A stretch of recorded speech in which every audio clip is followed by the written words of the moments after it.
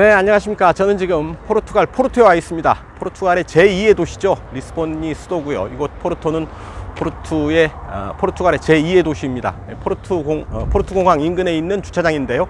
폭스바겐 8세대 신형 골프를 만나기 위해서 유라시아 대륙의 서쪽 끝 포르투까지 달려왔습니다. 자, 폭스바겐 신형 8세대 골프입니다. 1974년에 첫 데뷔를 해서 지금까지 약 45년간 3,500만 대 이상 팔린 글로벌 베스트셀러죠. 폭스바겐을 대표하는 해치백 세단입니다. 지금 오늘은 12월 2일입니다. 12월서부터 독일에서는 국내 판매를 시작을 하고 있고요. 글로벌 판매는 내년 1월서부터 시작이 된다고 합니다. 한국에는 내년 하반기 정도 예상하고 있는데요. 어쩌면 내년을 넘길지도 모르겠습니다만 어쨌든 조금 일찍 이제 막 시장에 모습을 드러내서 판매를 시작한 폭스바겐 골프 신형 8세대 모델을 타고 이곳 포르투에서 시승을 진행해 볼까 합니다. 여러분 좋아요, 구독하기 누르시면 저는 출발하겠습니다. 네, 운전석입니다. 자, 이렇게 수동식으로 틸트 텔레스코픽이 이루어지고요. 이 정도 자세를 잡을 수 있을 듯 합니다. 스티어링을 한번 보실까요? 하나, 두 바퀴 정도 돌아가는데 상당히 타이트한 조향비 기대할 수 있지 않을까 싶습니다.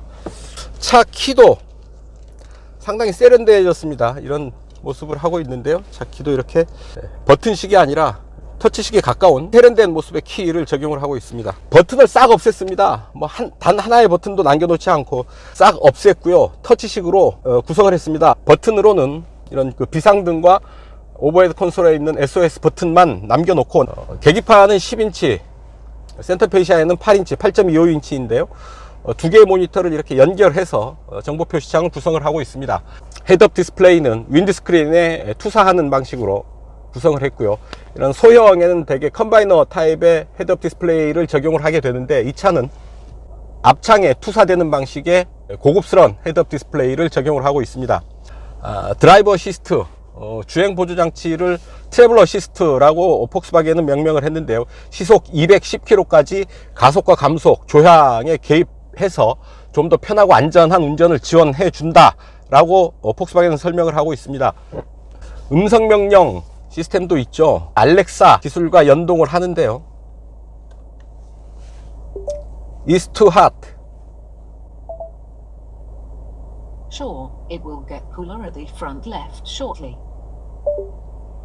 자, 내가 좀 덥다 했더니 운전석의 온도를 좀 낮춰준다 라는 얘기를 하고 있는 겁니다. 텔레폰, 라디오, 내비게이션, 비클, 자동차의 인테리어, 헤드업 디스플레이, 칵핏, 인테리어 라이팅, 시트, 인테리어 라이팅을 보면 이런 조절을 할 수 있게 했고요. 이렇게 좀 더 그래픽을 이용을 해서 직관적으로 차의 기능을 확인을 할 수가 있습니다.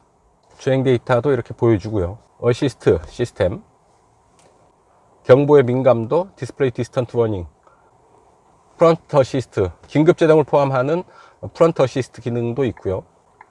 어댑티브 크루즈 컨트롤은 차간 거리를 조절해서 이렇게 조절을 한다. 어떤 기능을 하는지 설명을 다 해주고 있고요. 자, 헤드업 디스플레이, 백그라운드, 오토 스타트 스톱, 내비게이션 어나운스먼트, 이런 부분들 일일이 다 운전자의 취향에 맞게 조절을 할 수가 있죠. 개인화가 가능합니다. 개인의 정보를 미리 입력을 해서 내가 이 차를 탔을 때 나에 맞는 조건들을 차에 구현을 해 주는 거죠. 손가락을 대지 않고도 스와이프 방식으로 이렇게 화면 전환을 할 수가 있겠습니다. 앱 커넥트, 안드로이드 오토와 애플 카플레이 대응을 하고요. 차에 적용되어 있는 아주 많은 다양한 기능들을 이 정보 표시창을 통해서 활성화시키고 이용을 할 수가 있겠습니다. 자, 그래서 전체적으로 차의 모든 부분들을 터치식으로 사용을 하고 있다라는 얘기죠. 센터 페이시아 밑에 주로 많이 사용하는 4개의 버튼을 꺼내놨는데 버튼이 아니고 역시 터치로 작동을 합니다. 드라이버 어시스트, 그리고 온도 조절, 주차 보조 시스템, 파크 어시스트, 그리고 주행 모드, 이렇게 4개 기능은 별도로 꺼내놔서 편하게 사용할 수 있도록 해놨습니다. 그리고 이 아랫부분에 보면 스타트 스톱 버튼을 원형이 아니라 사각형으로 배치를 해놨고요. 이 시프트 바이 와이어 방식의 변속 레버를 적용을 해서 전자식 변속 레버죠. 포르쉐가 적용한 변속 레버의 형상을 떠올리게 하는데요. 상당히 비슷한 형태의 변속 레버를 적용을 하고 있습니다. 이렇다 할 장식이 없습니다. 아주 심플하고 깨끗한 인테리어를 만나볼 수가 있겠습니다. 이 아랫부분에 C타입의 USB 커넥터를 적용을 하고 있어서요. 지금 일반 USB와 호환할 수 있는 USB 커넥터를 연결을 하고 있는데요. 원래는 기본적으로는 C타입의 USB 커넥터를 적용을 하고 있습니다. 네, 골프 뒷좌석입니다. 제가 운전석에서 앉아서 시트 조정을 했고요. 제가 앉았던 그대로 두고 뒤에 앉았습니다. 이 정도 자세가 되는데요. 시트 높이가 그렇게 낮지 않습니다. 적당히 높아서요. 그렇게 다리를 구겨 앉지 않아도 되는 이렇게 편한 자세를 취할 수가 있겠습니다. 무릎 앞으로 주먹 하나 딱 끼게 들어가죠.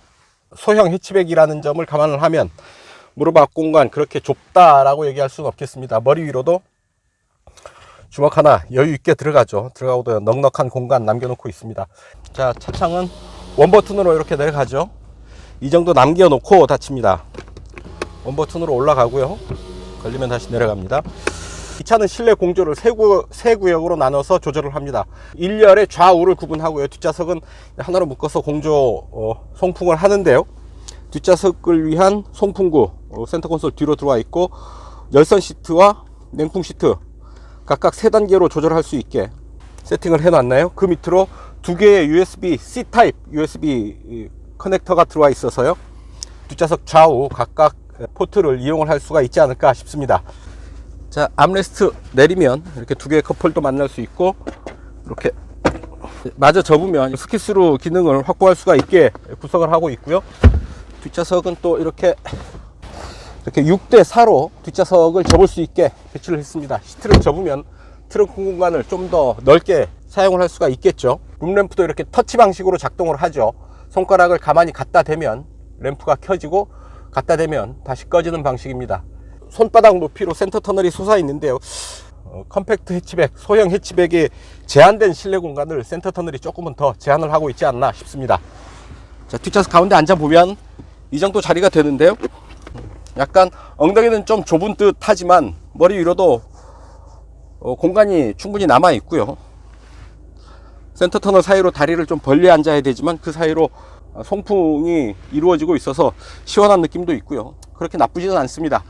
자, 뒷좌석 이렇게 살펴보시고요. 앞으로 가시죠. 동에서 극석까지 달려왔는데 시승할 수 있는 거리 약 60km 정도 이제 배정을 받았는데요. 오늘 60km, 내일 한 50km 정도 배정을 받았습니다. 일단 먼저 탈 수 있는 차가 2.0 TDI고요. 그래서 지금 2.0 TDI에 올라서 시승을 시작합니다. 자, 8세대 골프입니다. 확 달라졌죠. 뭐 크기 면에서 본다면 뭐 그렇게 크게 달라지지 않았고, 디자인도 딱 보면, 실루엣을 보면 골프구나 짐작할 수 있을 텐데요. 실내에 들어와 보면 이게 뭐지? 라는 생각이 들 정도로 완전히 대대적인 변화를 거치고 있습니다. 요즘 자동차 메이커들이 이 버튼 없애기 경쟁을 하는 것 같아요. 누르는 버튼이 완전히 싹 없앴습니다. 싹 드러내고 터치 방식으로 모든 부분들을 처리하고 있고요. 버튼을 없앴을 뿐만 아니라 그러나 버튼 유사한 부분들을 남겨놓기는 했지만 이 역시 터치로 작동이 된다라는 얘기죠. 심지어 룸램프도 이렇게 가볍게 손가락을 갖다 대면 켜졌다 꺼졌다를 하게 되는 것이죠. 무슨 얘기냐? 결국 기계적인 장치의 종합인 자동차가 이제 변화의 상당 부분을 기계적인 부분 이외의 것으로 확장하고 있고, 그런 부분에서 승부를 보는 시대가 이제 오는 게 아닌가 싶은 생각이 드는 겁니다. 어떤 엔진과 변속기, 차체의 무게, 뭐 이런 부분에서 성능을 개선하고 연비를 개선하고 이런 부분들이 변화의 초점이었던 시절에서 이제 얼마나 더 좋은, 저 똑똑한 인텔리전트한 그런 디지털 기술들을 접목하고 있느냐가 변화의 초점이 되고 있다라는 얘기죠. 이번 8세대 골프에서도 그런 부분들을 많이 강조하고 있습니다. 헤드램프, 스티어링 휠, 그 다음에 드라이빙 어시스트, 카2X 기술이 있는데요. 이 차와 주변의 교통 상황과의 어떤 커뮤니케이션 기술을 적용을 하고 있는데요. 그런 부분들은 뭐냐 하면 좀 더 미래지향적인 기술이 아닐까 싶습니다. 지금 당장 카2X가 어떻게 실질적으로 드라이버에게 큰 도움을 줄 수 있는 것은 아니겠지만, 카2X 기술을 통해서 좀 더 데이터가 쌓이고요. 좀 더 많은 차들이 카2엑스 기술을 도입하게 되면 주변 교통 그리고 인프라, 이런 도로 인프라와 끊임없이 커뮤니케이션을 통해서 좀 더 안전한 주행이 가능해지게 된다라는 얘기죠. 1000분의 1초 간격으로 통신을 하게 되고 약 800m 거리에서 데이터를 주고받을 수 있다라고 하니까, 만약에 카2엑스 기술을 가진 차들이 주변에 같이 함께 달리고 있다라고 한다면 훨씬 편안하고 안전한 주행, 미루어 짐작한다면 그룹 주행까지도 가능한 그런 그 베이스되는 기술들을 적용을 하고 있다라는 얘기고, 기계적인 완성체로서의 자동차가 이제는 어떤 그 탈기계 그리고 디지털화 되고 있다라는 걸 8세대 골프가 잘 얘기해 주고 있는 게 아닌가 싶습니다. 자, 2.0 TDI 엔진입니다. 150마력을 적용을 하고 있고요. 그 엔진의 질감이 상당히 좋은데요. 자, 지금 90km 정도의 속도로 다운힐 하고 있는데요. 자, 수동 변속으로 패들 시프트를 통해서 시프트 다운. 7단 DCT가 엔진의 힘을 조율하고 있는데 상당히 엔진의 반응이 디젤 엔진답지 않게 상당히 부드럽고 편안합니다. 엔진 사운드도 그렇게 거칠지 않아요. 디젤 엔진의 소리라기보다는 아예 엔진 사운드 자체가 그렇게 크게 들리지를 않습니다. 이 차 공기저항 개수가 0.275죠. 과거에 이전 모델의 0.3에서 0.275로 공기저항 개수를 좀 더 낮췄습니다. 실주행 영역에서 느끼는 엔진의 회전 질감이 상당히 부드럽고 편안합니다. 디젤 엔진 같지 않은 그런 그 엔진의 반응 느낄 수 있을 테고요. 꾹 밟으면 힘이 제법 순간적으로 터지는 힘이 제법 매력이 있는데요. 드라이브 모드를 선택을 할 수가 있는데요. 자, 스포츠, 인디비주얼, 컴포트, 에코 이렇게 있는데요. 인디비주얼 모드가 추가됐죠. 일단 스포츠 모드로 가봅니다. 자, 스포츠 모드로 가고요. 스포츠 모드를 택해서 툭툭 가속 페달을 밟아 보는데 제법 차체 반응이 제법 텐션이 있는, 긴장감 있는 그런 반응을 보여주고 있습니다. 회전, 코너, 해치백 스타일이죠. 전륜구동의 해치백 세단인데 상당히 날렵하게 코너를 돌아 나갑니다. 그도 그럴 것이 이제 소형 해치백 세단이고 차체의 길이가 짧기 때문에 코너에서 민첩한 동작, 이런 부분들은 인정할 수밖에 없을 것 같습니다. 자, 드라이브 어시스트 기능을 골프는 이제 트래블 어시스트라는 기능으로 이름을 지었어요. 상당히 정교하게 이 주행 보조 장치들을 작동을 한다라는 얘기인데요. 자, 헤드업 디스플레이가 딱 그 차창에 비춰주네요. 오늘 상당히 밝은 날씨인데 헤드업 디스플레이를 보는 게 그렇게 어렵지 않습니다. 선명해 보이고요. 흔히 이제 소형, 유럽에는 과속 방지턱이 없어요. 쭉 가도 과속 방지턱이 없으니까 상대적으로 더 편하게 운전을 할 수 있을 것 같습니다.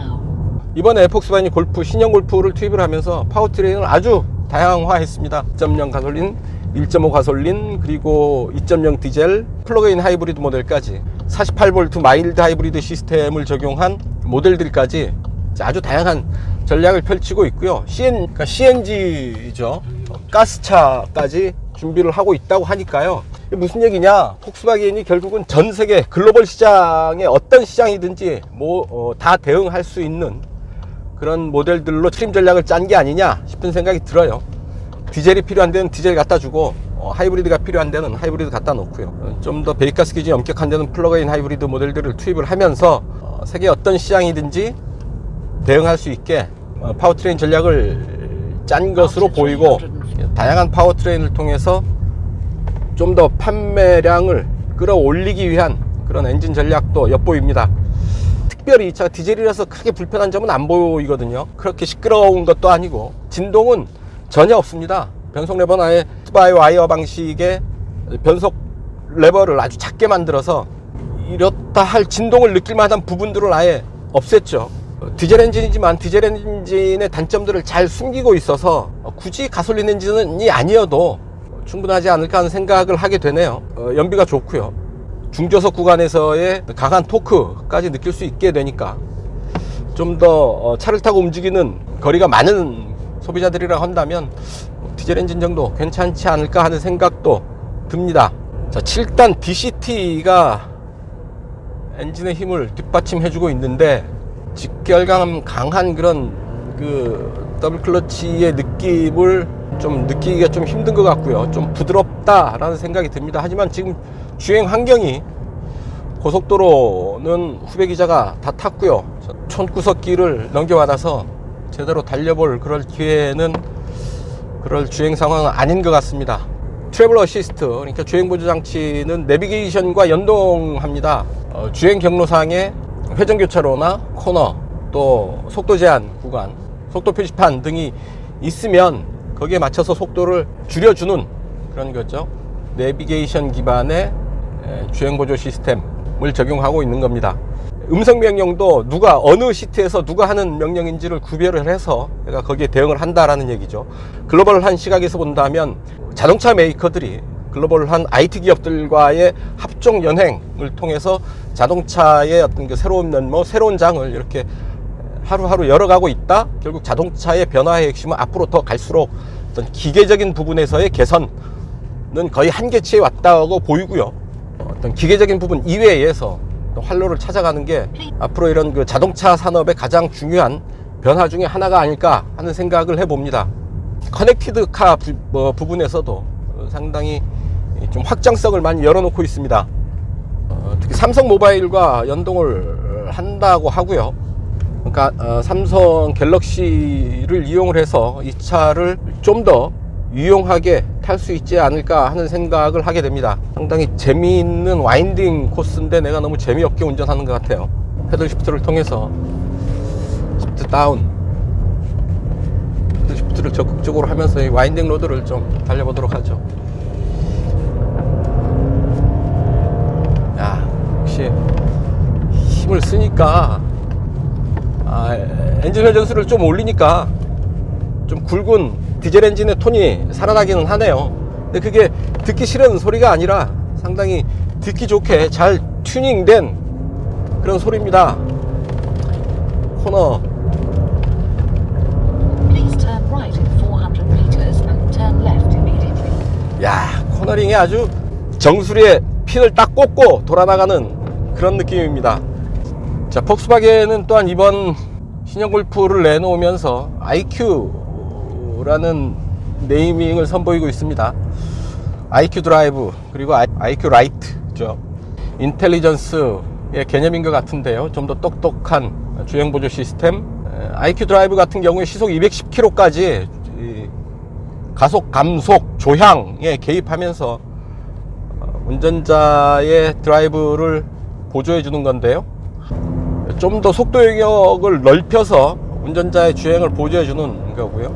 IQ 라이트 같은 경우에는 LED 헤드램프 각각 20개의 램프를 통해서 매트릭스 기능을 적용을 한 거죠. 상당히 고급차에서나 적용해 왔던 그런 기술들을 골프에까지 확대하고 있는 겁니다.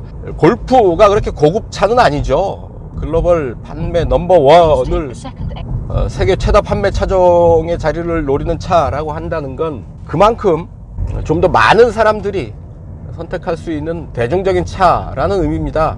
그런 대중적인 차에 이런 그 첨단 IT 기술들, 최첨단 기술들을 접목하고 있다라는 것 눈여겨볼 필요가 있어 보입니다. 교통 표지판을 인식을 하고 있죠. 스티어링 휠에도 센서가 적용이 되어 있어서 운전자가 손을 쥐고 있는지 놓고 있는지 알고 있고요. 8에서 10초 정도 스티어링 휠에서 운전자의 손이 감지되지 않는다 라고 하면 경고를 하게 되죠. 그래서 전체적으로 보면 골프가 상당히 대중적인 차급이기는 하지만 이번 변화를 통해서 상당히 이제 고급스러워졌다 라는 얘기죠. 뭐 네가 타고 있는 차가 고급 트림이어서 그런 거 아니냐 라고 얘기할 수 있는데요. 그렇지 않습니다. 기본 트림에도 이런 주행 보조 시스템들을 기본 적용하고 있다라는 겁니다. 기본 적용되어 있는 아이템들을 보게 되면 골프가 상당히 좀 의욕적으로 이번 변화를 시도하고 있구나 라는 것을 알게 되실 텐데요. 특히 2.0 TDI 같은 경우에는 독일에서도 그러겠지만 한국에서도 이런 우여곡절이 있었죠.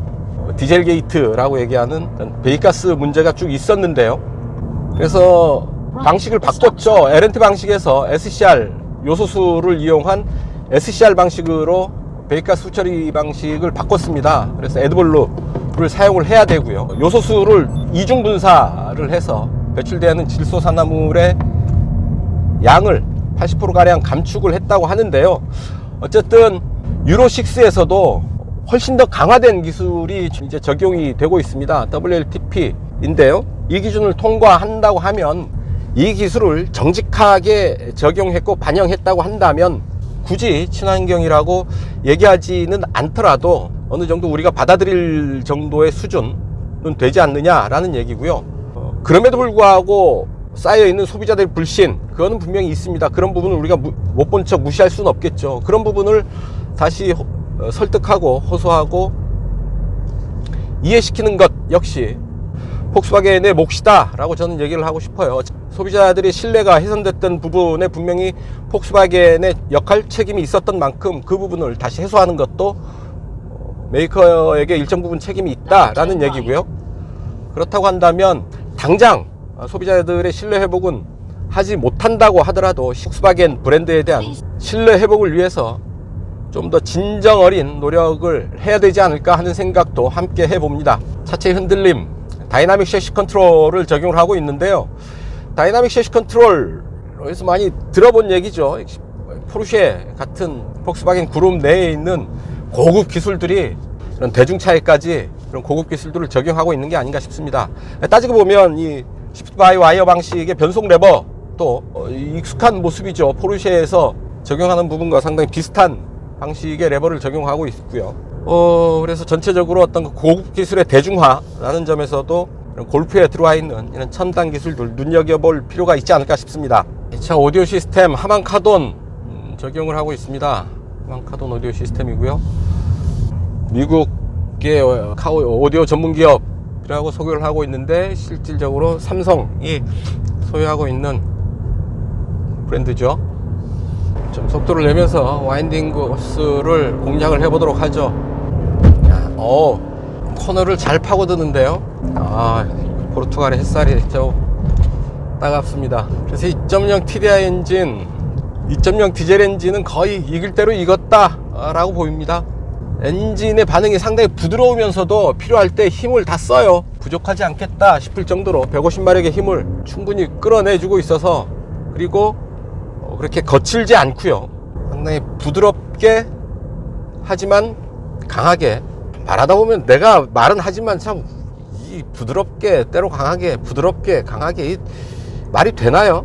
어쨌든 힘은 부드럽게 드러나고요. 또 강하게 빠르게 속도를 올린다 정도로 이해를 해 주시면 좋겠습니다. 상당히 산악 지방으로 들어가는 느낌이에요. 산 속으로 들어가는 그런 느낌입니다. 마을들이 계곡에 깊숙하게 들어가 있고, 길은 재미는 있는데 좀 달리기에는 아무래도 이것저것 좀 많이 아쉽습니다. 자, 시프트 다운은 바로바로 먹네요. 좀 과하게 코너를 돌아 나가는데요. 타이어가 잘 버텨주네요. 그리고 서스펜션도 전혀 속도와 차체의 무게에 밀리지 않습니다. 잘 버텨주고 있고요. 이 차 공차 중량이 그렇게 무거운 차가 아니죠. 150마력의 힘이 실질적으로 좀 더 드러날 수 있는 가벼운 몸무게입니다. 실제 체감하게 되는 성능은 제원표상에서 보는 숫자보다는 좀 더 높겠다 싶은 거고요. 폭스바겐의 소형 플랫폼이죠. MQB 플랫폼을 사용하고 있습니다. 엔진을 가로로 넣는 전륜구동 방식의 소형 차들을 위한 플랫폼인데요. 티구안도 역시 이 플랫폼 사용하고 있고요. 제타, 우리가 알고 있는 많은 소형차들이 이 폭스바겐의 MQB 플랫폼으로 사용을 하고 있습니다. 그 플랫폼 공용화의 장단점 너무나 분명하죠. 생산 과정의 단순화, 원가의 절감, 이런 부분에서 큰 효과를 보게 되고요. 단점, 차량마다의 어떤 그 개성은 묻힐 수밖에 없다라는 얘기고, 결국 누구에게 좋은 거냐? 저는 소비자들에게는 그렇게 크게 좋을 건 없다라고 봅니다. 물론 원가 절감을 통해서 좀 더 좋은 양질의 차를 저렴한 가격에 소비자들이 구매할 수 있는 이익은 분명히 있는 거고요. 매니아적인 관점에서, 차를 좋아하는 사람의 관점에서, 혹은 좀 더 개성이 강한 나만의 차를 원하는 사람들의 관점에서 본다면 이 차가 저 차 같고 저 차가 이 차 같은 그런 느낌을 많이 받게 된다라는 얘기죠. 생각해 볼 부분은 좀 있겠다 싶고요. 어쨌든 골프가 지금 이런 모양으로 이런 그 플랫폼을 사용해서 이제 나왔으니까 앞으로 출시되는 또 많은 차들이 골프의 이런 부분에서 하나씩 두 개씩 또 겹치는 부분들이 있게 되지 않을까 하는 생각을 해봅니다. 비슷한 부분들을 앞으로 이제 다른 차에서도 만날 확률이 있겠다 싶은 거죠. 해치백의 전설 혹은 해치백의 왕자, 뭐 이런저런 찬사 칭찬이 많은 차입니다. 좋아하는 사람들도 많고요, 마니아들도 많은 마니아들을 몰고 다니는 차인데, 소비자들이 좋아할 만한 요소들을 여전히 잘 유지하고 있다 싶은 겁니다. 기계적인 완성도, 독일 자동차 산업이 어떤 그 현대 자동차 산업에서 어떤 기계적인 완성도가 최고 수준이다 라는 건 어느 누구도 부인을 하지 못할 겁니다. 폭스바겐을 포함해서 벤츠, BMW 많은 브랜드들이 메이드 인 저먼, 독일산, 독일 자동차라는데 많은 소비자들이 박수를 쳐주고 있는 게 사실이죠. 그런 면에서 그 수많은 부품의 조립품, 기계적인 완성체로서의 자동차는 이제 거의 피크에 다다르지 않았나 싶고요. 이제 앞으로는 앞에 모두에 말씀드렸다시피 기계적인 부분 이외의 부분에서 승부가 결정이 날 것이다. IT, 디지털, 커넥트, 통신, 뭐 이런 부분들이 자동차의 발전을 앞으로 견인하게 된다고 본다면, 어떻게 보면 지금 이 정도의 수준이 독일 자동차 산업의 거의 피크가 아닌가 싶은 생각을 해봅니다. IT, 디지털, 통신 기술에서 독일이 그렇게 세계적인 수준이다 라고는 사실 얘기하기가 힘들죠. 그런 부분들을 자동차에 접목시키는 부분에서는 현재로선 세계 탑 수준일지는 모르겠으나, 앞으로 좀 더 경쟁이 치열해지고 기술 표준 뭐 이런 부분들이 결정이 되는 과정에서는 차별화되는 구간이 생겨날 텐데요. 독일 차들이 지금과 같은 그 우월한 시장 점유율을 앞으로도 계속 유지할 수 있겠느냐 라고 본다면, 그런 부분은 조금 생각해 볼 여지가 있겠다. 이런 시장에서의 우월한 위치를 지속하기 위한 전략을 제대로 펼치지 않으면 위험한 순간이 올 수도 있겠다라는 생각을 해봅니다. 뭐 근거가 뭐냐? 그냥 제 생각입니다. 저는 그렇게 생각을 한다라는 얘기죠. 굳이 근거를 들어보자면, 새 차가 나올 때마다 메이커들이 강조하는 부분이 그 기계적인 완성도를 얘기하는 부분은 없지는 않지만 비중이 많이 줄었습니다. 엔진 출력이 높아졌다. 출력을 강조하는 시대는 이미 지나갔죠. 엔진의 효율성, 무게, 감량 뭐 이런 정도 얘기를 하고요. 상당 부분은 IT와 관련된 혹은 커넥티드와 관련된 소비자 편의성, 안전성의 증대 뭐 이런 부분들을 강조를 한다라는 얘기죠. 그만큼 자동차에서 중요한 포인트가, 무게중심이 이동하고 있다라는 걸 그런 부분에서 읽을 수 있지 않을까 싶습니다. 저속에서 쓱 가속을 할 때 1500에서 2000rpm 구간에서의 엔진 반응 상당히 매력적인데요. 그러니까 킥다운하는 가속이 아니라 부드럽게 밀고 올라가는 그런 느낌이 상당히 인상적입니다. 아주 자연스럽고 부드럽습니다. 자, 이제 골프가 12월서부터 이제 독일에서 고객 인도를 시작했고요. 한국에서 아마 내년, 잘하면 내년 하반기 폭스바겐 관계자가 장담을 못 하더라고요. 내후년으로 넘어갈 수도 있다 라는 얘기는 하는데, 전략 변기를 그렇게 마냥 늦추지는 않겠죠. 내년 하반기쯤에는 한국에서도 볼 수 있지 않을까 기대 섞인 바람을 전해봅니다. 인터내셔널 미디어 테스트 드라이브인데요, 한국팀이 첫 조에 속했습니다. 글로벌 기자단 시승 첫날 첫 번째 타임 2.0 TDI 이 엔진을 만난 겁니다. 자, 지금 저 계기판 10인치 그리고 센터페시아의 8인치 모니터인데요, 대중 브랜드 치고는 잘 만들었어요. 이 두 개의 모니터의 이음새가 이제 틀 안에 모니터를 집어넣는 형식으로 만들어기는 했지만 자연스러워요. 나름 얼마 전에 저희가 탔던 그랜저보다는 훨씬 깔끔하게 연결을 마무리하고 있다 싶습니다. 고민의 흔적이 보이는 거죠. 그랜저의 이 부분은 좀 아무 생각 없이 그냥 두 개 갖다 붙인 게 아닌가 싶을 정도로 좀 실망스러웠는데, 그런 부분 보면서 잘 만들었다 싶습니다. 스포츠. 자, 갑니다. 하나, 둘, 셋. 잠깐 멈칫하네요. 휠스핀도 좀 일어나고요. 하지만 제가 빠르게 속도를 낸다 싶습니다. 2명의 성인이 타고 있고요. 뒤에 여행용 트렁크도 2개가 있어서 아마 메이커 발표의 제로백 타임보다는 많이 뒤처지기는 하겠습니다만 어떤 이 차의 가속 반응을 볼 수 있다라는 점에서 좀 의미 있는 테스트가 되지 않을까 싶고요. 그 결과는 저희가 그래프를 보면서 다시 한번 살펴보도록 하시죠.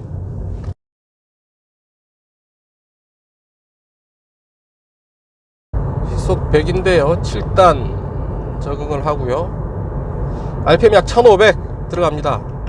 6 5 4 3 3단까지 떨어지네요. 3단 약 4500까지 변속을 하면서 3, 4, 5, 6, 7단에서 시속 100km를 커버를 하는 거죠. 디젤 엔진으로서는 상당히 고회전 영역까지 올라가면서 시속 100km를 커버한다라는 게 인상적입니다. 3단 약 4,200, 300 정도의 RPM을 보이는데 가솔린 4,200과 디젤의 4,200은 그 의미가 많이 다르죠. 엔진 회전수를 적극적으로 끌어올리면서 운전을 할 수도 있겠고요. 편안한 주행을 택해서 엔진 회전수를 낮춘 채 운전을 할 수도 있겠습니다.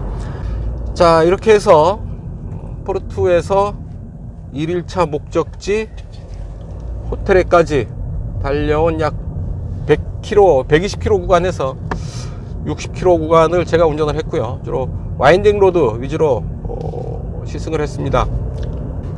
자, 다이나믹 셰시 컨트롤을 적용을 해서 차체가 의외로 와인딩 로드에서도 그렇게 낭창거리거나 출렁거리지 않고 단단하게 차체의 무게 또를 잘 감당해내고 있고요. 조향의 느낌도 다이나믹한 운전을 즐기기에 참 좋은 그런 조향의 느낌 보여주고 있습니다. 자, 2.0 디젤 엔진의 반응 뭐 말해 무엇 하겠습니까 정도로 상당히 잘 숙성된 완성도 높은 그런 엔진이다 라는 걸 다시 한번 확인을 했고요.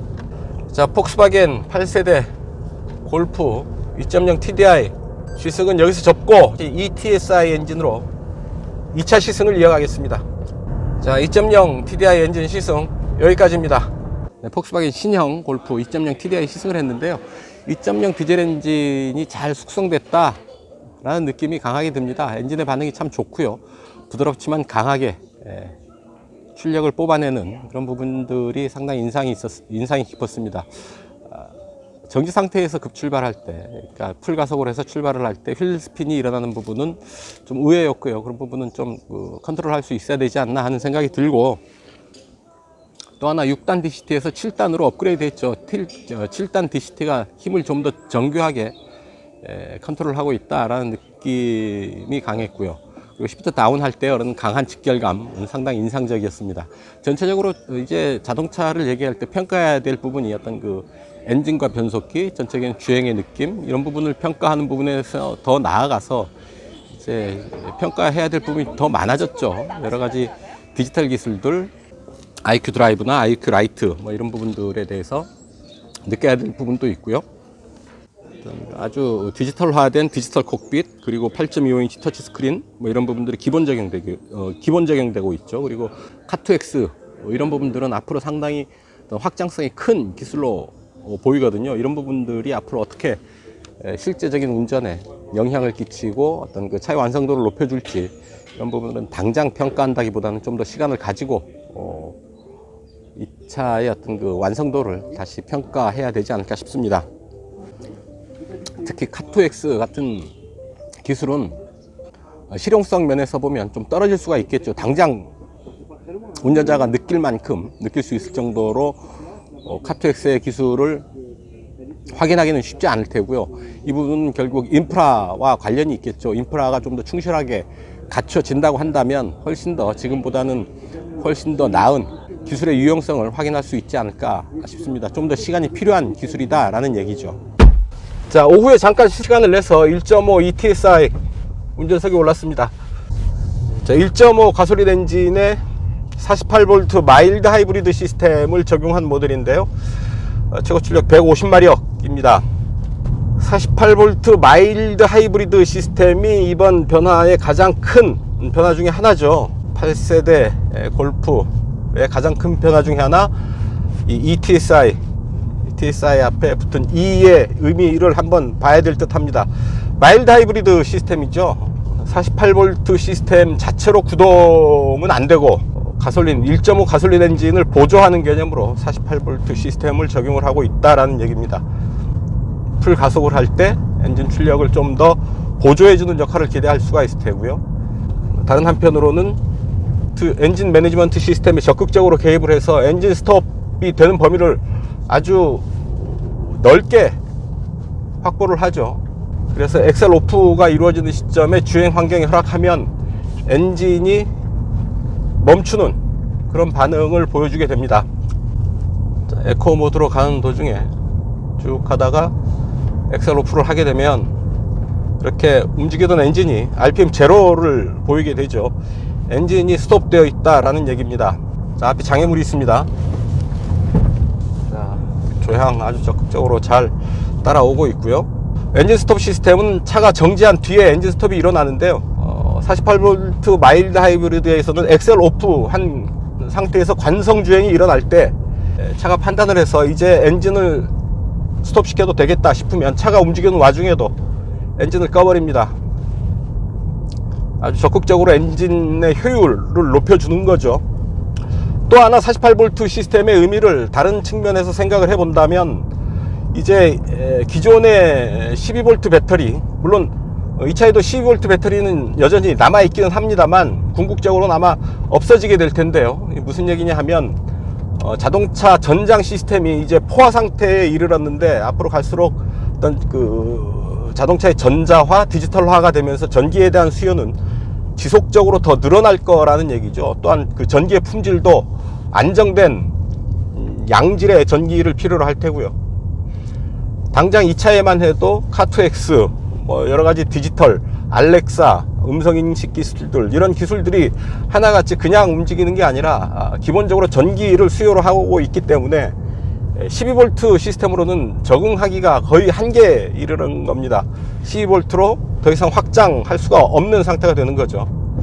그런 상태에서 48V 시스템이 더해지면서 좀 더 여유를 갖게 되는 거죠. 그러니까 전장 시스템에 좀 더 여유 있게 대응하기 위해서는 48V 시스템을 도입하는 게 필요하고 당연하고 또 피할 수 없다.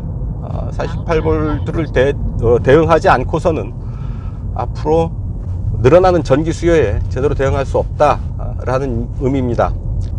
두 가지 면이 있는 거죠. 엔진 동력에 관련돼서 48V가 기여하는 부분, 즉 마일드 하이브리드로서 기여하는 부분, 또 하나는 엔진 전체의 전기 수요에 대해서 좀 더 여유 있게 대응할 수 있다라는 부분까지 함께 봐야 되지 않을까 싶습니다. 자, 그래서 이번 골프의 변화를 큰 틀에서 얘기를 한다면 하드웨어적인 변화는 그렇게 크지 않은 것 같아요. 차의 크기, 사이즈는 약간의 변화가 있다라고는 하지만 큰 틀에서 보면 아주 많은 변화다라고 하기는 힘들 것 같고요. 다만 그 내부를 채우고 있는 부분에서는 물론 인테리어를 포함해서요, 여러 가지 전자화되어 있고 디지털화되어 있는 이런 부분들이 대거 큰 폭의 변화를 보이고 있는데, 그런 부분들이 폭스바겐의 앞날, 자동차 산업의 앞날을 지향하고 있다라는 얘기죠. 대표적인 카2X 같은 기술들이죠. 아까 TDI를 탈 때도 말씀을 드렸지만 카2X는 결코 혼자만 독립적으로 존재할 수 있는 기술이 아닙니다. 주변에 함께 달리는 주변의 차들, 그리고 교통환경, 인프라와 맞물릴 때 크게 효과를 볼 수 있는 시스템이거든요. 그런 면에서 볼 때 폭스바겐 골프가 이제 카2X 시스템을 도입을 했고, 앞으로 나오는 또 많은 차들이 그런 시스템을 도입을 하게 되면 좀 더 도로 환경이 편하고 안전하고 편안해지겠다라는 생각을 할 수 있겠습니다. 자, 디젤과는 확실히 다른 반응을 보이긴 하네요. 제가 2.0 TDI도 상당히 디젤 같지 않은 그런 부드럽고 필요할 때는 강한 그런 모습을 보인다고 했는데, 이 차 그것보다 훨씬 더 조용하고 안정된 그런 반응을 보이고 있습니다. 지금 에코 모드로 움직이고 있는데요. 노면 잡소리는 거의 들어오지 않고 있고요. 이쪽은 아스팔트가 잘 깔렸네요. 포르토 시내 같은 경우는 거의 전 구간이 자갈로 돌을 깎아서 만든 도로들이어서 상당히 자글거리는 소리가 많이 들어오는데요. 어쩔 수 없습니다. 어떤 차를 갖다 놔도 그런 길에서는 그럴 수밖에 없겠죠. 아스팔트에서 달리는 이 TSI의 반응 상당히 조용합니다. 그리고 편안합니다. 자, 스포츠 모드에서도 그럴까요? 자, 좀 달려보죠. After 300, 자, 엔진이 살아나죠. you have reached your stop. Please take the first exit. 자, 엔진이 상당히 적극적으로 움직이죠. 엔진 사운드가 상당히 듣기 좋습니다. 패들 시프트를 통해서 적극적으로 수동 조작을 하게 되면 상당히 강한 힘을 끌어낼 수가 있겠습니다. 계기판의 그래픽 변화도 좀 더 적극적으로 드러나면 좋긴 할 텐데, 현대차 같았으면 아주 빨간색으로 스포츠 모드에서는 도배를 했을 텐데 계기판의 변화는 크게 찾아볼 수가 없습니다. 엔진 사운드도 이 정도면 괜찮은 수준이다 라고는 보이는데, 역시 가솔린 엔진이어서 그런가요? 좀 낮고 굵은 소리라기보다는 좁은 관을 통과하는 디젤에 비해서는 좀 얇은 소리다 싶은데요. 7단 DSG 듀얼 클러치 변속기를 적용을 하고 있습니다. 상당히 ETSI 좀 친환경적인 자동차라는 분위기도 있죠. 마일드 하이브리드라는 개념을 도입하고 있는데, 하지만 이렇게 달릴 때 보면 역시 골프다. 골프가 괜히 골프는 아니구나 싶습니다. 일단 서스펜션이 노면을 단단하게 지지하고 있고요. 코너에서 차체의 흔들림, 또 기우는 느낌이 그렇게 크지 않고요. 전륜구동 차여서, 앞바퀴 굴림 차에서 이런 코너에서 상당히 신경이 쓰이는 게 사실인데요. 조금 더 운전자의 역량보다 조금 더 시도를 해도, 과감하게 코너를 시도를 해도 충분히 잘 따라주기는 하는데요. 안전운전 해야죠. 안전이 확보되는 한도 안에서 적극적인 운전을 해야 된다 라는 얘기고, 안전이 확보되는 한도라는 건 시야가 주어지는 한도 내에서 차를 다뤄야 된다 라는 얘기입니다. 엑셀은 시야가 트일 때 밟아줘야 된다 라는 얘기죠. 지금 48V 마일드 하이브리드 시스템을 적용을 하고 있는데, 이런 부분들이 활성화된다 라는 표시가 딱히 없어요. 별도로 표시를 해서 운전자에게 시각적으로 그런 정보를 전달해 주면 어떤 심리적인 만족감, 이런 부분들이 더 커지지 않을까 하는 생각도 하게 됩니다. Hey Volkswagen, it's too warm. Did you mean V? Sure, it will get cooler at the front left shortly. Thank you. Hey Volkswagen, What would you like to do? it's too hot. Sure, it will get cooler at the front right shortly. 네, 이렇게 운전석에서 얘기할 때, 조수석에서 얘기할 때 얘가 구별해서 듣습니다. 그래서 운전석에서 덥다 하면 운전석 차갑게 해주고요, 조수석에서 덥다 하면 조수석을 또 차갑게 해줍니다. 이 밖에 다양한 요구들을 할 수가 있겠죠. 음악을 켜줘라, 뭐 온도를 높여라, 낮춰라, 뭐 블루투스 켜자, 핸드폰 전화 걸자, 뭐 음식점 찾아라, 이런 얘기들을 알렉사 기술을 응용한 음성 명령, 일종의 AI죠. 이런 부분들을 영미권에서는 충분히 누릴 수 있겠지만, 아마 한국에서는 그런 정도의 완성도 높은 대응을 기대하기는 아마도 어려울 겁니다. 결국 이제 로컬 시장의 문제이긴 하겠는데요. 그런 부분들까지 완성도가 높아지기 위해서는 어느 정도 시간이 필요합니다. 데이터가 쌓이는 시간이 필요한 거죠. 충분히 많은 사람들이 그런 그 명령과 반응, 그리고 심지어는 오작동까지 되는 그런 경험이 쌓이면서 좀 더 완성도 높은 AI 기술이 발전되고, 결국은 그 결과를 소비자들이 누리게 되겠죠. 되게 이런 속도에서 어떤 그 타이어 구르는 소리, 혹은 노면에서 돌 튀기는 자잘한 소리들이 어느 정도는 실내로 들어오게 마련인데요. 타이어 관련해서는 소리가 거의 없습니다. 지금 아주 잔잔하게 엔진 소리 정도가 들리는 거고요. 자, 좀 적극적으로 와인딩 로드를 타보도록 하죠.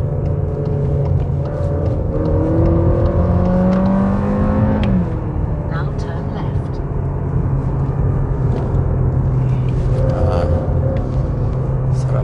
들어서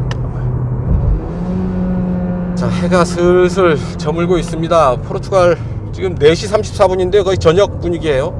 해가 좀 일찍 지는 동네인 것 같아요. Please make a U-turn now. 자, 오늘 ETSI 잠깐 시간을 내서 타봤고요. 성능과 효율을 잘 보완해 주고 있고요. 48V 마일드 하이브리드 시스템이 자동차의 미래 어느 정도 예견해 주고 있는 부분이 아닌가 싶습니다. 전기차나 이런 부분들이, 친환경 자동차들이 강세를 보이는 변화의 한켠에서 자동차의 48V 전장 시스템이 Your destination after 500 이제 시작되고 있는 거죠.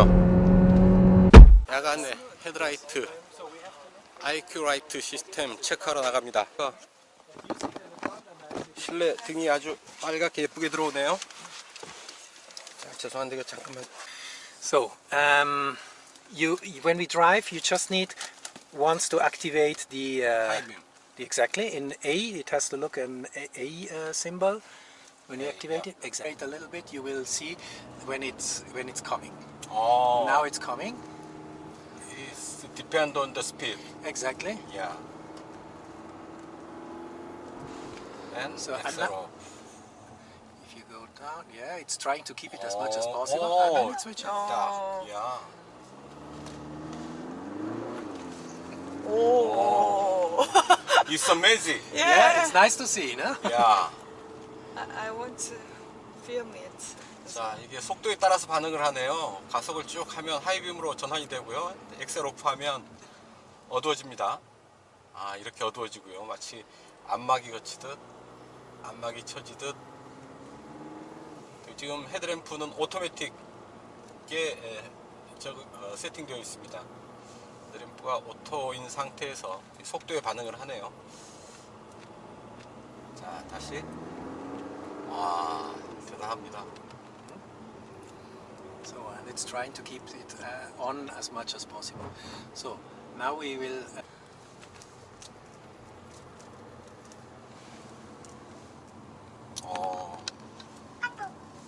이게 헤드램프가 주행 상황에 맞춰서 하이빔과 로우빔을 알아서 조절을 해주네요. 그래서 그냥 오토에 놓고 주행을 하면 아주 밝은 시야를 보정받을 수가 있겠습니다. 10km 정도 되니까 하향등으로 전환이 됩니다. 그리고 다시 속도를 쭉 올리니까 상향등으로 전환이 되고요. And then exactly. So now you have it, and you see it's isolating the car. Oh, yeah. You can see in his license plate it's Yeah. dark. This is dark. Yeah. This side is dark. Also the sign is not blending. No, it's not glaring. Also the track there, you see. 자, Yeah. 앞에 가는 차가 있는데 그 부분을 어둡게 처리를 합니다. 매트릭스 헤드램프에 He has very bad lights.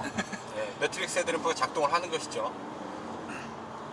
앞에 가는 차는 어두운데 내 시야는 지금 충분히 상향등으로 보장을 받고 있고요. Now you see also. 11하나의 LED 램프가 2열로 상하로 배치가 되어 있는데요. 윗부분에 있는 것이 로우빔이고요. 아랫부분이 상향등, 하이빔인데 이 두 개의 LED, 2열로 배치된 LED 램프가 서로 교차하면서 매트릭스 효과를 내고 있는 거죠. You have seen several spots. 딱 두 개. 자, 앞에 차가 가고 있는데 차가 있는 부분은 어둡습니다.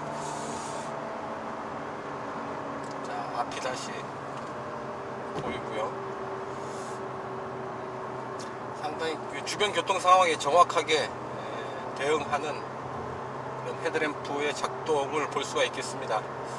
밤에 직접 이렇게 실제로 느껴보니까 훨씬 더 실감이 나네요.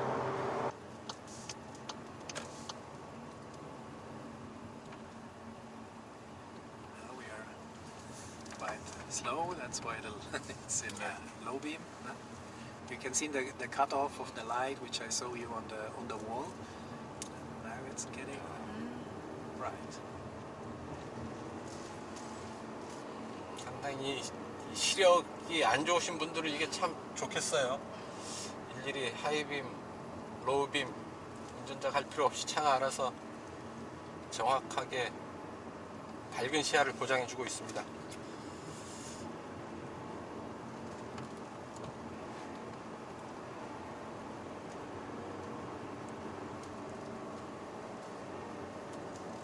레이저 쇼를 보는 것 같아요. It's quicker than in the comfort mode. No, you see, it's 스포트 모드. the reaction is a little bit different. 자, 주행 모드에 따라서도 반응하는 방식이 좀 다른가 본데요. Slower how it does it. 컴포트 모드에서는 이 스위칭 되는 속도가 조금 더 Yeah, you see, 슬로우, it's softer. 부드럽게 It's, 되는 거죠. it's not so aggressive. 스포츠 모드에서는 좀 더 적극적으로 반응을 하고요. 컴포트 모드에서는 약간 좀 편안하게 느리게 반응을 하는 겁니다. 여러 가지로 로직을 잘 짠 것 같고요. 상당히 야간 운전을 편하게 할 수 있는 부분인 것 같아요. 자, 이렇게 또 폭스바겐 팔세드 골프 야간 시승까지 마쳤습니다. 네, 2일차 시승입니다. 오늘 탈 차는 폭스바겐 1.5 TSI 150마력짜리 엔진입니다. 그리고 변속기는 수동 변속기입니다. 국내에는 수동 변속기 들어올 일은 아마도 없겠죠. 수동 변속기를 만날 기회가 그렇게 흔치 않기 때문에 딱 본 김에 제사 지낸다고 와서 수동 변속기를 탈 수 있는 기회가 있어서 수동 변속기를 한번 택해봤습니다. 신형 8세대 신형 골프의 가장 큰 변화 중에 하나가 바로 6단 수동 변속기거든요. 좀 더 정교하게 다듬어진 수동 변속기를 신형 골프에 올렸다라는 얘기입니다. 이 맛이죠. 고 RPM 시프트 다운을 하면서 엔진 브레이크를 사용을 하고 있습니다. 자, 엔진 소리가 그렇게 굵은 톤은 아니죠. 아주 좀 얇은 관을 지나는 정도의 엔진 사운드를 들을 수 있는데요. 역시 작은 배기량의 가솔린 엔진이라고 한다면 뭐 이 정도 엔진 사운드 그렇게 나쁘지 않다 싶습니다. 일단 에코 모드로 한번 가볼까요? 에코 모드로 갑니다. 이렇게 연결하고 툭툭 가속 페달 밟아보는데 그렇게 즉각적인 반응은 아니죠.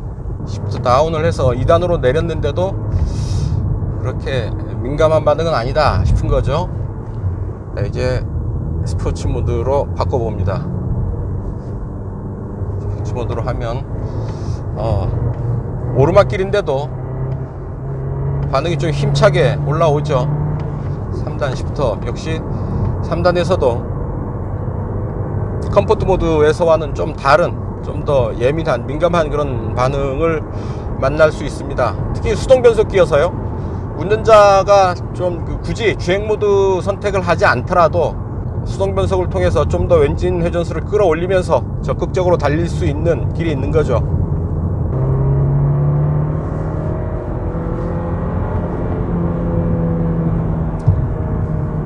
수동 변속기 모델에도 트래블 어시스트, 주행 드라이버 어시스트 장치가 세팅되어 있고요.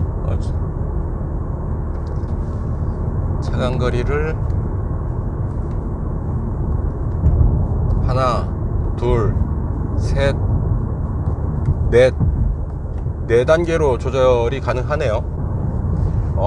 그래도 차로를 잡아줍니다. 이게 강하게 돌아가는 코너였는데 차로를 정확하게 유지를 하고 있습니다. 하지만 가끔 아주 간혹 차로를 넘어가는 경우도 생기더라고요. 늘 정확하게 차로 중앙을 유지하는 것 같지는 않습니다. 간간히 차로가 선명하지 않다던가 코너가 좀 깊다던가 할 경우에는 차로를 놓치는 경우가 간혹 생기는 것 같습니다. 연료 탱크가 풀로 차 있는데요. 620km 주행 가는 거리가 나오네요. 자, 이런 코너에서 핸들을 쥐고 있으면 차가 조향에 개입하는 그런 느낌이 옵니다. 힘을 줘서 스티어링 휠을 조절하는 것이 아니라 편안하게 스티어링 휠에 손을 얹는다 정도로 생각하고 운전을 하면 되지 싶습니다. 살짝 단단한 느낌을 주는 그런 서스펜션입니다. 노면의 굴곡, 충격을 넘어가는 부분이 그런 크게 구애받지 않으면서 단단하게 차체를 지지하는 그런 느낌이 있고요. 조향은 스티어링 락트락이 2회전 하더라고요. 딱 2회전 하는 정도의 조향비, 좀 더 예민하게 이 차를 컨트롤할 수 있지 않을까 하는 생각이 들고요. 그리고 이 차 차체가 짧죠. 차체 길이가 짧은 전륜구동 해치백이어서 상당히 코너링을 하는데 재미있습니다. 약간의 좀 그 다이나믹한 느낌도 있고요. 즐겁게 운전할 수 있는, 코너링을 즐길 수 있는 그런 정도의 반응을 보여줍니다. 자, 6단 수동 변속기의 인테리어 구성은 좀 달라요. 7단 DCT를 적용한 부분은 스타트 버튼이 사각형, 긴 직사각형 형태의 스타트 버튼인데 6단 수동 변속기 같은 경우에는 그냥 동그란 기존에 썼던 그런 스타트 버튼을 사용을 하고 있습니다. 주변에 그 변속 레버 주변에 구성도 좀 다른 부분이 있고요. 자, RPM을 높게 써서 가속을 하는데 엔진의 진동이 변속 레버로 거의 전해지지 않습니다. 뭐 없다고 해도 좋을 정도고요. 자, 수동 변속기의 장점, 일단 운전하는 재미는 둘째 치고라도 연비가 좋죠. 연비가 가격이 싸죠. 굳이 수동 변속기를 피할 이유는 없는데, 다만 이제 운전이 좀 피곤할 때가 있죠. 특히 교통체증을 만나게 되면 왼쪽 무릎이 많이 불편을 겪게 됩니다. 시도 때도 없이 클러치를 밟아야 되니까요. 교통체증이 잦은 대도시에서는 아무래도 좀 불편함이 큰 것도 사실이고요. 그래서 한국에서 특히 수입차 시장에서는 수동 변속기 모델을 찾기가 힘들죠. 업계 관계자들을 만날 때 뭐 그렇게 많이 팔리지는 않겠지만 소비자들 선택의 폭을 생각을 해서라도 수동 변속기 차종들 좀 같이 들여오면 어떻겠느냐 라는 뭐 얘기들을 하곤 하는데요. 안 팔린답니다. 네가 책임지면, 네가 팔아주면 들여올게 라는 말을 농담 삼아 하곤 하는데요. 점점 더 우리 곁에서 멀어져 가는 그런 수동 변속기죠. 오, 앞차와의 차간거리가 가까워지면서 금방 클러치 밟는 걸 잊어버려서 엔진이 꺼질 뻔했는데요. 거의 꺼지는 단계에서 클러치를 밟았는데 엔진이 꺼지지는 않네요. 위기를 한번 넘겼습니다. 자, 지금 앞차와의 차간거리가 충분했는데 충돌 경고가 울렸거든요. 이게 속도와 거리를 같이 계산하는 겁니다. 거리는 충분하지만 내 차 속도가 조금 빨랐던 거죠. 그래서 속도와 거리를 계산해서 이 정도 거리에서 이 정도 속도라고 한다면 충돌의 위험이 있다 라고 해서 경고등을 울려준 거죠. 운전자 입장에서는 이렇게 거리가 충분한데? 라는 생각을 할 수가 있는데 그렇지가 않은 겁니다. 자, 속도를 좀 내봅니다. 자, 이제 고속도로에 접어들었고요. 아주 가뿐하게 속도를 올리네요.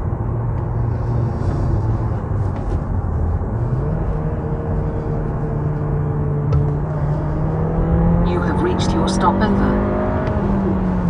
여기는 고속도로 제한 속도가 120km군요. 자, 시속 100km에서 한번 체크를 해볼까요? 시속 100km에 크루즈를 걸어 놓고요. 컴포트 모드고요. 2000rpm을 커버를 하네요. 엔진 배기량이 작다 보니까 시속 100을 커버하기 위해서 2000rpm까지 좀 엔진 회전수를 끌어올려야 되는 거죠. 자, 5단 2200, 4단 2900 정도 되고요. 3단 3500, 2단은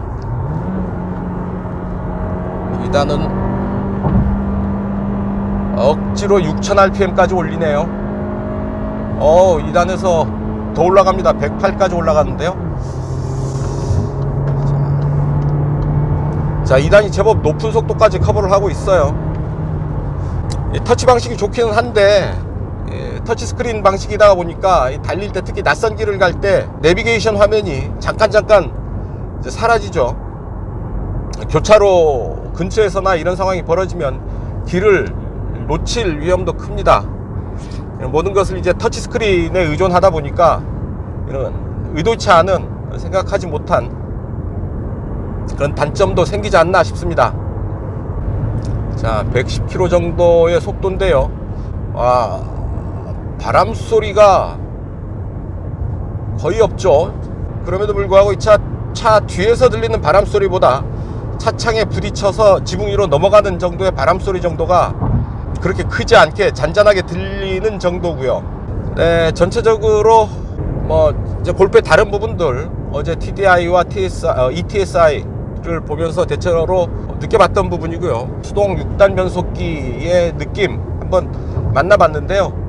짜릿한 손맛, 힘있게 올라가는 엔진 회전수, 또 가끔씩 장난삼아 시도해본 이런 더블 클러치, 예, 어떤 그 운전의 재미, 이런 부분들 느낄 수 있는 부분이 아닐까 싶고요. 특히 이 차는 토바까지 연결이 되어 있어서 좀 더 아웃도어 라이프를 적극적으로 하지만 합리적으로 그런 생활을 즐기는 이들에게는 이런 수동 변속기도 괜찮지 않을까 싶은 생각이 들고요. 뭐 한국 시장과는 그래도 거리가 좀 있는 모델이어서 아쉽지만 일단 수동 변속기의 리뷰는 이쯤에서 정리를 할까 합니다. 자, 그래서 전체적으로 8세대 신형 골프 어떤 맛이냐 뭐냐 라고 총평을 한다면 뭐라 그럴까요? 오늘과 내일이 이 차 안에 다 담겨 있다, 오늘과 내일을 다 품은 차다 라고 저는 이제 말씀을 드리고 싶습니다. 어제 탔던 TDI 같은 경우는 가장 한국 시장을 포함해서 가장 많은 사랑을 받았던 모델 중 하나죠. 디젤 게이트를 겪으면서도 여전히 디젤에 강한 집착을 보이는 폭스바겐의 자세를 보는데요. 폭넓은 엔진 라인업 전략을 통해서 한국 시장뿐 아니라 전 세계적으로도 시장의 수요에 의해서 어떤 시장이든 대응하고자 하는 폭스바겐의 자세를 느낄 수 있었습니다. 또 하나는 ETSI, 곧 어떤 그 폭스바겐의 미래, 내일이 아닐까 싶은 그런 차죠. 48V 마일드 하이브리드 시스템을 적용을 해서 좀 더 미래지향적인 전동화 전략을 현실에 맞게 표현해낸 그런 부분일 테고요.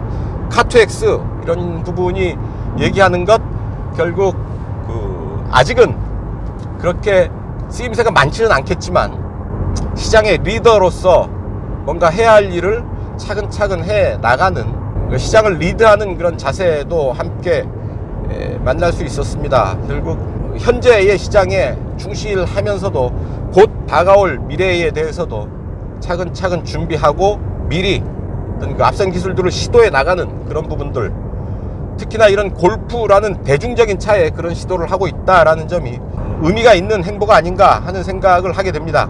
자, 이 정도로 하고요. 포르투갈까지 날아와서, 자, 유라시아 대륙의 동쪽 끝에서 서쪽 끝까지 달려와서 만나본 폭스바겐 골프, 신형 8세대 골프의 시승, 이쯤에서 정리를 할까 합니다.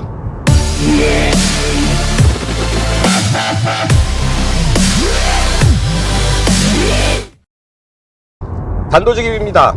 한국 시장에서 들어온 뒤에 언급을 해야 되겠지만, 음성명령 시스템, 구글 맵을 이용한 이런 시스템은 유럽 시장에서와 같은 오리지널의 완성도를 한국 시장에서 느끼기는 좀 어렵지 않을까 하는 생각을 하게 됩니다. 구글이 전 세계적으로 아주 범용적으로 영향력을 갖고 있고 많은 사람들이 사용을 하고 있지만, 한국에서는 한글 문화권인데다가 어떤 그 기술적으로도 지도정보 뭐 이런 부분에서 한국에서는 좀 더 그 범용성이 많이 떨어지죠. 이런 구글 기술을 기반으로 개발한 기술들이 한국 시장에서는 그 완성도를 제대로 누리기는 좀 어렵지 않을까 하는 생각을, 그런 걱정을 미리 해봅니다. 글쎄, 마무리의 부분을 굳이 지적을 한다면, 이런 그 센터페시아 상단에 있는 이런 8인치 모니터 주변에 이렇게 만져보면 이 음새가 좀 거칠게 드러나 있습니다. 이런 부분들 조금 더 다듬으면 손끝이 느끼는 그런 그 거친 느낌이 사라지고 좀 더 고급스러운 느낌을 줄 수 있지 않을까 싶은 생각이 들고요. 또한 이 돌출형 모니터는 내가 늘 지적을 하는 부분입니다. 물론 저 개인적인 사견임을 전제로 말씀을 드리는 부분이고요. 이런 그 일렬 승객 운전자와 조수석 승객 앞에 이렇게 각진 부분들이 돌출되어 있다라는 것은 어떤 경우에도 결코 안전한 디자인이 아니다 라는 차원에서 기회 있을 때마다 이런 부분들은 지적을 하고 있는 겁니다. 뭐 제 개인적인 사견님을 전제로 지적하는 부분이니까요, 동의하지 않는 분들도 마늘이라고 생각이 되지만 당신은 그렇게 생각하는구나 정도로 받아주셨으면 어떨까 싶습니다. 트래블 어시스트, 운전 드라이버 어시스트죠. 어댑티브 크루즈 컨트롤과 차로 이탈 방지 장치가 어울려서 반자율 운전을 시도를 하는데요, 그 완성도는 좀 떨어지는 것 같습니다. 간간히 차로를 밟기도 하고요, 시속 210km까지 커버를 한다고는 하지만 이렇게 코너가 깊을 때는 가다가 놓쳐버립니다. 한계 속도는 좀 줄이더라도 정확도를 좀 높이는 게 어떤가 하는 생각이 듭니다. 시속 210까지 지원한다는 것 사실은 큰 의미는 없죠. 시속 210km까지 커버를 하면서 간간히 부정확한 시스템인 것보다는 시속 140, 150 정도까지만 커버를 한다고 해도 좀 더 정확하게 차로를 유지하는 게 훨씬 더 유용하지 않을까 하는 생각이 듭니다.